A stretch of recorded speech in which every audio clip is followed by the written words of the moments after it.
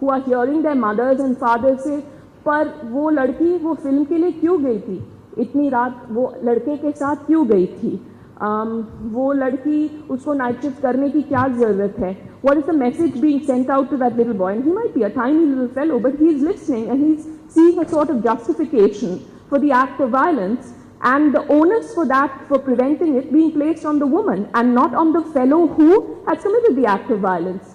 And language, you spoke of language, it's crucial, because when a woman is raped in our country, in Hindi, what do we say? कि उसकी इज्जत लुट गई है. Whereas the izzat that is looted should be of the boy's family, the boy's village. They're the ones who should be shamed, but it is she that is put to shame. It is she that is stigmatized, which of course is the reason why the IPC does not allow us to reveal the name of a person who has been raped. But what we can do is for each of us to start in our own way. I mean, yes, we need judicial reform, we need police training, we need media sensitivity, but first let's start with our families. And in our profession, we need to, each of us, ask ourselves, what have I done? What is the change that I have been able to initiate in some way? So first is by the life that I lead. And the second is, I see some of my students here, so they will tell you that one of the things we've introduced this year at the Indian Institute of Mass Communication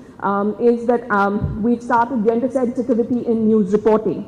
And, over the past year, I've been part of a lot of panel discussions and TV debates on the subject, and I said, okay, fine, speaking to the whole world at large, but what specifically can I do beyond the family? I'm teaching at this place. I have a chance to mold at least a few young minds. We had a wonderful class. We will continue the discussion. It was an extremely fiery discussion where we realized that there were many, many among us also who had views that we were not expecting. But I think it's important, frankly, I mean, I don't want the voices of prejudice to be going on air as reporters and anchors, but I do want those voices of prejudice to speak to me as a teacher, because if they pretend to be liberals in the classroom when they are not, the way that boy pretended when he read out that wonderful poem on women's violence, then it's really serving no purpose, because we can sit and have discussions at seminars and workshops and all we're doing is preaching to the converted, because